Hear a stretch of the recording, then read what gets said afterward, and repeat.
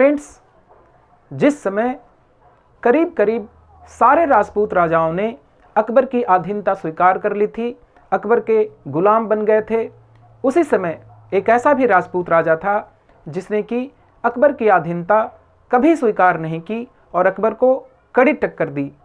वो थे मेवाड़ के राजा महाराणा प्रताप। अकबर ने मुगल साम्राज्य को एक मजबूत साम्राज्य में परिवर्तित कर दिया था। आमेर, रणथंभौर, जैसलमेर और बीकानेर के राजपूत राजाओं ने अकबर की अधीनता स्वीकार कर ली थी।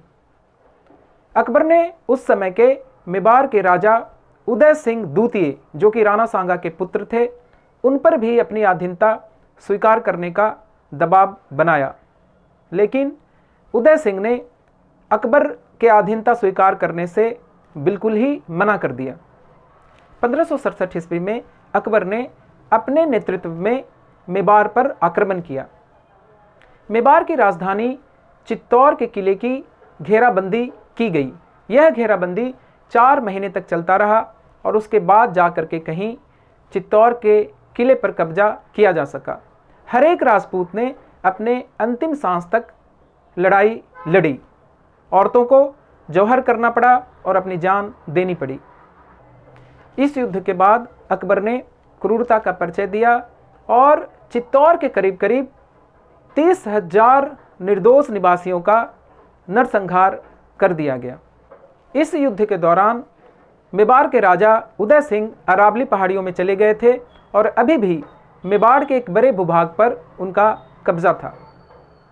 1572 ईस्वी में उदय सिंह की मृत्यु के बाद महाराणा प्रताप सत्ता में आए और महाराणा प्रताप ने अपनी खोई हुई भूमि को वापस लेने के लिए संघर्ष शुरू कर दिया। अकबर ने महाराणा प्रताप के पास अधीनता स्वीकार करने के लिए कई दूत भेजे, लेकिन महाराणा प्रताप ने अकबर के किसी भी प्रस्ताव को मानने से इनकार कर दिया। अकबर ने 1576 ईस्वी में महाराणा प्रताप को हराने के लिए मान सिंह के नेतृत्व में एक विशाल सेना भेजा। हल्दी घाटी के युद्ध में मुगल सेना और महाराणा प्रताप के बीच भयंकर युद्ध हुआ, जिसमें कि अंततः महाराणा प्रताप की हार हुई।